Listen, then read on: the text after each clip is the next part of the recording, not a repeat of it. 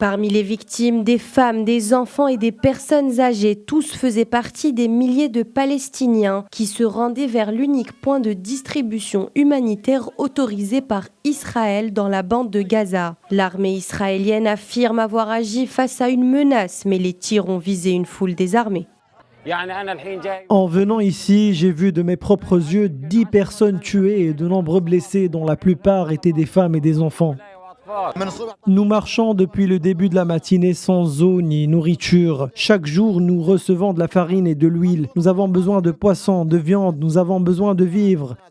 Les blessés ont été transportés dans les hôpitaux du Sud dont les capacités sont dramatiquement réduites par les bombardements et le manque de matériel médical. La Croix-Rouge a indiqué qu'il s'agissait du nombre le plus élevé de personnes reçues par l'hôpital de campagne dans le cadre d'un seul incident. Utiliser la famine comme une arme de guerre constitue une violation flagrante du droit humanitaire international.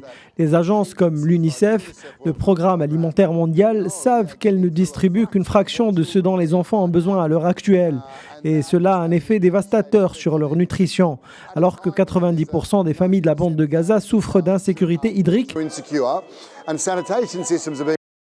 L'ONU a déclaré l'état de famine dans la bande de Gaza. Ses priorités aujourd'hui, atteindre les zones aux besoins les plus urgents et diriger les ressources là où elles seront les plus utiles, selon une échelle qui classe les régions en niveau 4 ou 5, signalant des conditions extrêmes, afin de préserver ce qu'il reste d'humanité dans cette crise.